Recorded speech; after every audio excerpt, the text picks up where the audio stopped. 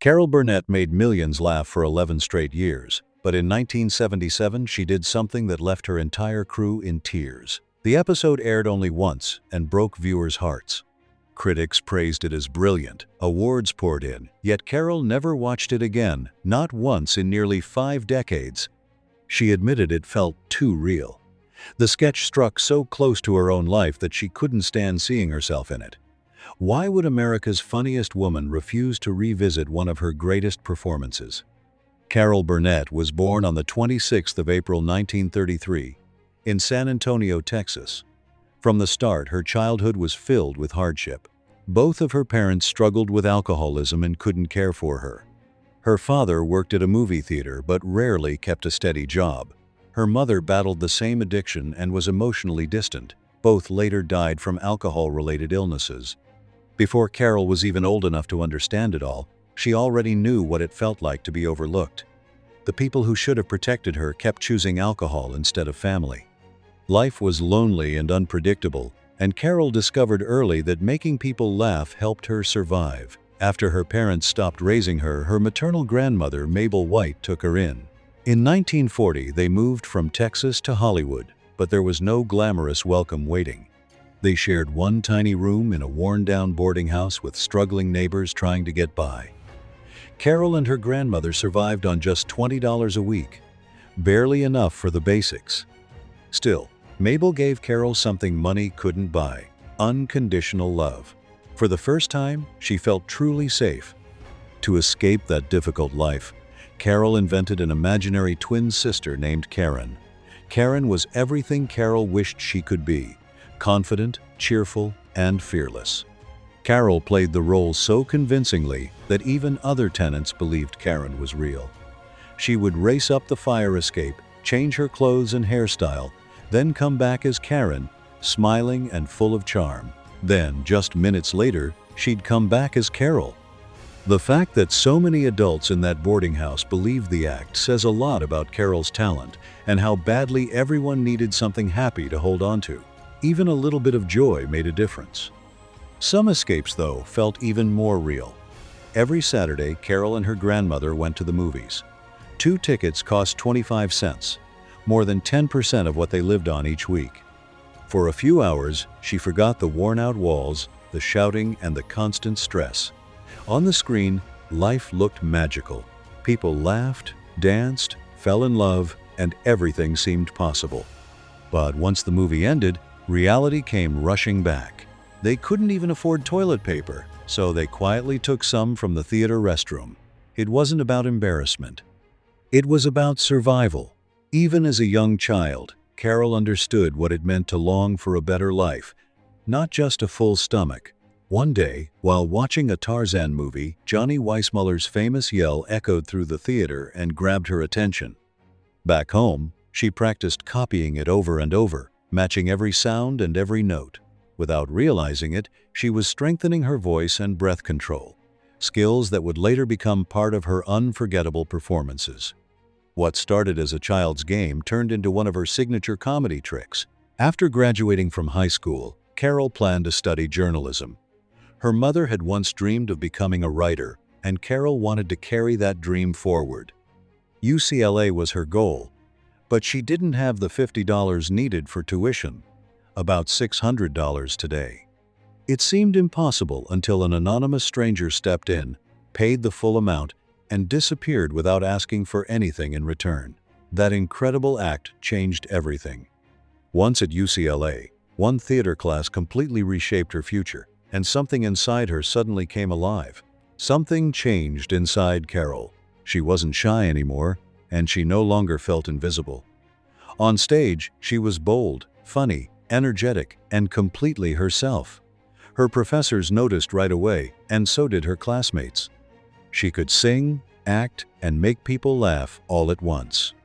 Before long, journalism no longer felt like the right path. She changed her major, taking a huge risk. But for the first time, she wasn't just trying to get by. She was chasing a real dream. The gamble paid off fast.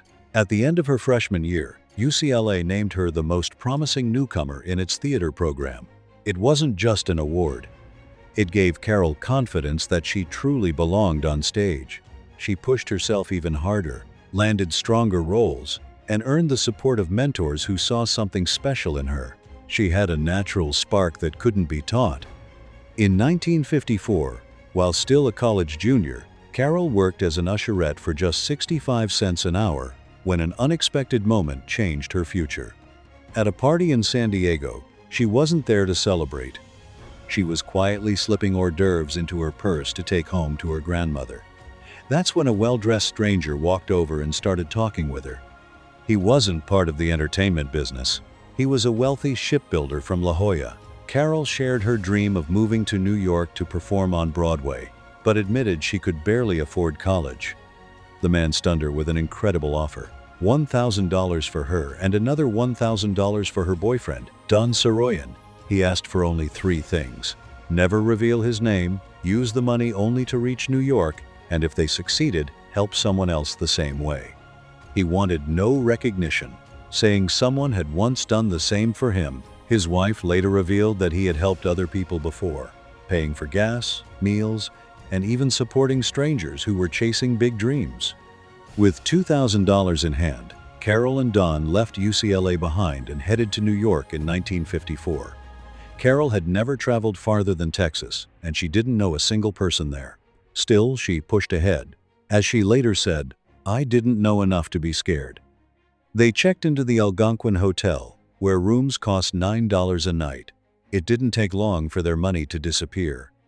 At one point, Carol broke down in tears while making a collect call home. Her family urged her to return, convinced the dream wasn't worth the struggle. Just as she was close to giving up, she heard a radio report that a hurricane named Carol was moving up the East Coast. She took it as a sign to keep going. Soon, Carol moved into the rehearsal club, a boarding house for young women hoping to build careers in the arts. For $18 a week, she shared a small room with 4 other aspiring actresses. There was only 1 bathroom and 1 closet, but after sleeping on a couch back home, it felt like a fresh start. The building was packed with energy as young performers practiced scenes, sang songs, and rushed through the halls with curlers still in their hair. To pay the bills, Carol worked nights as a hat-check girl while spending her days at auditions. It wasn't glamorous, but every step brought her closer to her goal. In March 1955, she and the other residents staged the rehearsal club review and invited agents and producers to attend. Even stars like Marlene Dietrich showed up. That performance opened important doors, and Carol's first major break came from an unexpected comedy song about John Foster Dulles, the famously serious U.S. Secretary of State.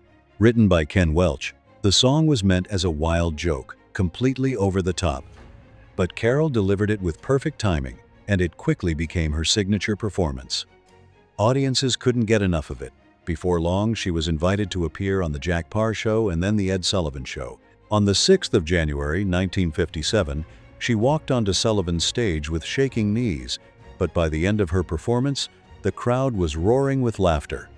Later that year, she returned to perform the Dulles song again, along with a parody of Puppy Love. The hilarious act made her one of New York's fastest-rising comedy stars. Over the next few years, Carol kept working non-stop. She appeared on The Paul Winchell Show in 1955 as the girlfriend of a ventriloquist's dummy, a small role that helped her gain more attention. That opportunity led to a part with Buddy Hackett in Stanley, although the series lasted only 1 season. Everything changed in 1959 when Carol landed the lead role in Once Upon a Mattress. She played Princess Winifred, a loud, awkward young woman who broke every fairy tale stereotype. The musical became a surprise hit, earned Carol her first Tony Award nomination, and transformed her career. On the 22nd of June 1959, exactly 5 years after receiving the mysterious loan, Carol and Don repaid the full $2,000. The generous millionaire never answered and remained anonymous for the rest of his life. By then, Carol was earning $500 a week, an amount that felt unbelievable to her. Once Upon a Mattress wasn't expected to succeed. It began as a small summer camp production, and critics were mixed when it reached Broadway. Audiences, however, loved it. The show ran for 470 performances and Carol's unforgettable performance became its biggest attraction. When she left the cast in June 1960, the production closed just a week later.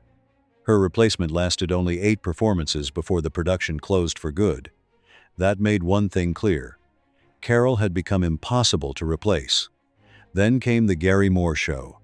Between 1959 and 1962, she transformed from a rising talent into one of television's biggest stars. In 1962, she won her first Emmy, and her unforgettable cleaning lady character became a fan favorite. The show gave Carol far more than awards. During warm-ups, Gary Moore chatted with the audience in an easy, unscripted way, and that idea stayed with her. Those lively audience interactions later became one of the defining features of the Carol Burnett Show.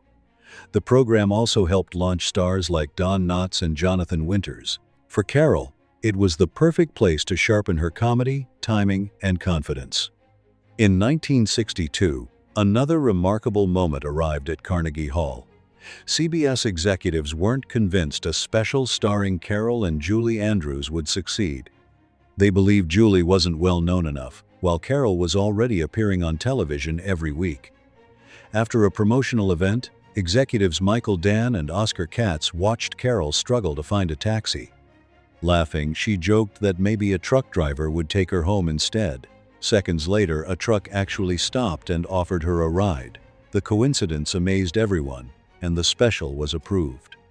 Julie and Carol at Carnegie Hall became a huge success, winning 3 major awards, including an Emmy and the Rose d'Or. Columbia Records even released a soundtrack that reached the music charts. But an even bigger moment was just around the corner. On the 11th of September 1967, The Carol Burnett Show premiered and changed television history. Carol broke barriers that many believed were impossible for a woman in variety television. Over the next 11 seasons, from September 1967 through March 1978, the show attracted around 30 million viewers every week and became one of the most successful variety shows ever made. Those numbers weren't just impressive, they were historic. Very few television shows have ever reached an audience that large. The Carol Burnett Show became much more than a weekly program. It turned into a television event that families looked forward to. Time magazine later named it one of the 100 greatest TV shows ever made. TV Guide ranked it number 17, while Variety placed it at number 23. That's how enormous its impact became. The success wasn't only about ratings. The show helped reshape television by bringing live comedy sketches to a studio audience in a fresh, energetic way. That style influenced many later comedy programs, including Saturday Night Live. Carol also made history by becoming one of the first women to lead a major variety show. At a time when television was largely controlled by men, she proved that a female host could dominate prime time and inspired generations of comedians who followed. No matter when the network scheduled the show, viewers kept coming back. Whether it aired on Monday nights or later moved to Saturdays, the audience stayed loyal. That kind of long-term success is incredibly rare, and the television industry noticed. During its 11-season run, The Carol Burnett Show collected an incredible 25 Primetime Emmy Awards. The honors recognized everything from writing and choreography to musical performances and outstanding variety series. Harvey Korman earned 4 Emmy Awards for his unforgettable supporting performances, while Tim Conway won 4 of his own, including one for writing. The final season in 1978 finished just as strongly, winning several major awards, including Outstanding Variety Series. Carol also received Golden Globes for Best Actress in a Comedy or Musical in both 1977 and 1978. On top of that, the show won the People's Choice Award for Favorite Variety Program 3 different years. Few variety shows have matched that level of recognition, but while audiences saw non-stop laughter, life behind the scenes wasn't always as joyful. During the show's 7th season, Harvey Korman came close to leaving for good. That week, guest stars included Tim Conway and singer Petula Clark, but something was clearly bothering Korman. During rehearsals, he was unusually rude and short-tempered. Carol Burnett usually brushed off tense moments, but this time she decided to ask what was wrong. After the Friday night taping, she pulled him aside. Corman gave her a blunt reply, "I'm just not happy here." Then, he shut the dressing room door in her face. Carol had heard enough and called his agent to let him go. Over the weekend, though, Corman had a change of heart. He reached out and asked for another chance. Carol agreed, but she had one condition. She told him, "Monday morning, I want to see you skipping and whistling down the hallway at CBS." On Monday, he actually did it. He stepped off the elevator, skipping and whistling, making Carol burst into laughter. She even had a plaque made for his dressing room that read, "Mr. Happy-Go-Lucky." Corman stayed with the show through season 10. Then there was Tim Conway, the show's unpredictable secret weapon. He followed one unusual rule: never use his funniest ideas during rehearsals. Instead, he saved them for the live tapings to catch everyone by surprise. As Conway once explained, "Some of it comes on the spur of the moment, and some I keep in the back of my mind." Harvey Korman summed it up perfectly. He never does anything the same way twice. One of Conway's most unforgettable moments came during the famous elephant story in a family sketch, where he launched into a wildly ridiculous tale about a circus elephant. As Tim Conway kept rambling, Carol Burnett, Vicki Lawrence, and Dick Van Dyke did everything they could to stay in character, but the story only became funnier and more outrageous. Before long, even Vicki Lawrence couldn't hold it together. She fired back with the unforgettable line, "Are you sure that little asshole is through?" The entire set erupted, and even Conway doubled over laughing. Moments like that became the heart of the Carol Burnett show because they felt genuine, spontaneous, and impossible to fake. But not every performance ended in laughter. In 1977, one sketch affected Carol more deeply than almost anything else she had ever performed. The moment came during The Family, where Carol played Eunice Higgins, a woman carrying years of disappointment and broken dreams. Most of the sketches balanced humor with family conflict, but this one took a completely different direction. There were almost no jokes, only raw emotion. The sketch, titled The Gong Show, followed Eunice as she believed singing feelings on a talent competition would finally change her life. Instead, the judges dismissed her, including one played by real-life game show host Alan Ludden. Carol performed the role with complete sincerity, avoiding exaggerated comedy and letting the emotion speak for itself. By the end of filming, many people on set were deeply moved. When the episode aired, the final shot slowly pulled away from Eunice's tear-filled face as the lights faded. There was no music, no laughter, only silence. Viewers were stunned. Critics praised the performance, but Carol never watched it again. In a 2010 interview, she explained, "It was too real. Eunice's pain felt like my own. Having grown up with poverty and heartbreak, she understood what it felt like to dream big and face painful disappointment." She later reflected on those feelings in an interview with Harper's Bazaar. "I'm glad we did it." Carol later said, "But it wasn't what our show was about. We were there to make people forget their troubles, not remind them." Even so, the sketch left a lasting impact. It inspired the 1982 TV movie Eunice and later the hit sitcom Mama's Family. Carol eventually stepped away from the series because she wasn't happy with the direction it took, but the original performance remained unforgettable. Carol Burnett's life wasn't filled with laughter alone. Away from the cameras, she faced heartbreak, family struggles, and painful setbacks that tested her strength. Those challenges began during college, where she met her first husband, Don Saroyan. They were young, deeply in love, and shared the same dream of building careers in show business. Don, born in Omaha in 1928, hoped to make it big on Broadway. The couple met at UCLA in 1952 and married in 1955, but over time, their marriage became strained. Carol's career was taking off, while Don struggled to find the same success. The growing pressure created distance between them. They separated on Christmas Day in 1959 and finalized their divorce in 1962. Don later struggled with depression and alcoholism before passing away in 1990 at the age of 62. The Broadway career he dreamed about never came together. Before long, Carol found love again when she met television producer Joe Hamilton, who already had 8 children from an earlier marriage. Joe had also produced Carol's Carnegie Hall special in 1962. They married in 1963, worked side by side on The Carol Burnett Show, and built a busy family together. They welcomed 3 daughters, Carrie, Jody, and Erin, after experiencing a miscarriage in 1965.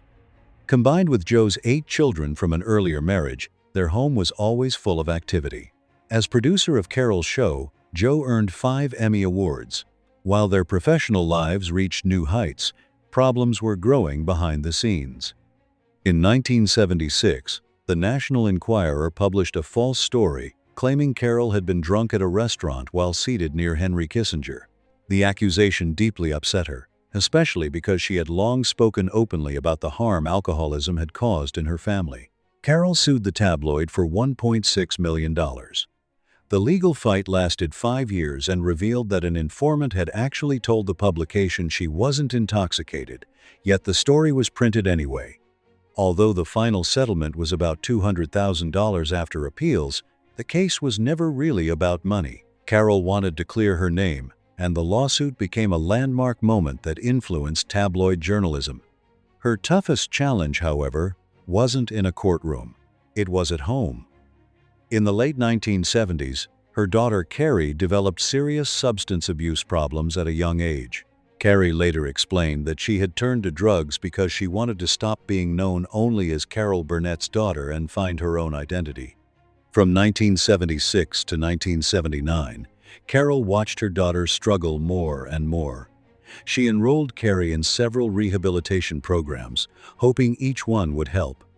At one point, Carrie even ran away from a treatment center in Texas. Carol feared she might lose her forever. Carrie eventually became sober at 17, but getting there required painful choices. As Carol later said, "You have to love them enough to let them hate you." For more than a year, mother and daughter barely spoke, yet Carol never stopped believing in her. When Carrie recovered, their bond became stronger than ever. Carrie earned a major role on the television series Fame, proving she had talent all her own. She later appeared alongside Carol in several projects, and together they wrote Hollywood Arms, a play inspired by Carol's childhood. Then, another heartbreaking loss arrived. In 2002, Carrie died from pneumonia related to lung cancer that had spread to her brain. She was only 38 and never saw Hollywood Arms premiere on stage. Carol was devastated but kept moving forward, saying, "I owed it to Carrie." Carol's second marriage had already ended in 1984. Years of family challenges, demanding careers, and emotional strain had taken their toll. During that difficult period, their 2 younger daughters stayed with family in Hawaii for a time. After the divorce, Joe Hamilton remained close to the family until his death from cancer in 1991. Even after 2 marriages and heartbreaking losses, Carol found love again. In the late 1990s, she met Brian Miller while performing in Long Beach. Although he was 23 years younger, the age difference didn't matter to them. They married in 2001, with Carol at 68 and Brian at 45. Just 2 months later, Carrie passed away. Brian stood by Carol's side and helped her through one of the darkest chapters of her life. He also encouraged her to finish Hollywood Arms, and the couple have remained together ever since. In 2020, Carol faced another family challenge. When her youngest daughter, Erin, struggled with addiction and was unable to care for her son, Carol and Brian stepped in to help. Erin had spent years in treatment programs, and after serious concerns about her son's safety, the courts became involved. Carol later sought legal guardianship of her grandson, Dylan. Within weeks, she and Brian were granted temporary custody, once again putting family first despite the emotional toll. Carol surprised audiences once again with her role in the final season of Better Call Saul. She played Marion, a kind but sharp older woman who slowly uncovered the truth about Saul Goodman. In the episode Waterworks, She quietly searched Ask Jeeves from her kitchen and pieced together his deception. After discovering the truth, she looked at him and said, "I trusted you." That simple line changed everything. Saul became desperate as the tension kept rising. The confrontation reached its peak when Saul briefly considered harming Marion to protect himself. Later, co-creator Vince Gilligan admitted that writing a scene where Saul even thought about hurting Carol Burnett's character felt terrible. As he put it, "She's an American treasure," and that made the scene even more powerful. Instead of giving in to fear, Marion calmly pressed her life alert button and alerted authorities. Critics praised the moment as one of the most unforgettable scenes in the series. That wasn't the only time Carol showed how versatile she was. During the 1990s, she appeared on Mad About You, starring Paul Reiser and Helen Hunt. Her guest role as Teresa impressed both viewers and critics. In 1997, she won the Emmy for Outstanding Guest Actress in a Comedy Series, proving she could shine in modern sitcoms just as easily as she had in classic sketch comedy. Her performance relied on quiet emotion, sharp timing, and natural humor instead of the big physical comedy that made her famous. She also received the American Comedy Award for that guest role 2 years in a row. Those honors reflected decades of experience and added to the remarkable list of 25 Emmy nominations she earned throughout her career. In the 2000s, Carol found new success through voice acting. She brought animated characters to life with the same warmth and charm that audiences had loved for years. Her biggest animated hit came in 2008 with Horton Hears a Who, where she joined Jim Carrey and Steve Carell. The film became a worldwide success, earning nearly $300 million at the box office. Earlier, in 2001, she had also voiced Mrs. Hammerbotham in The Trumpet of the Swan, alongside Reese Witherspoon, Jason Alexander, and Mary Steenburgen.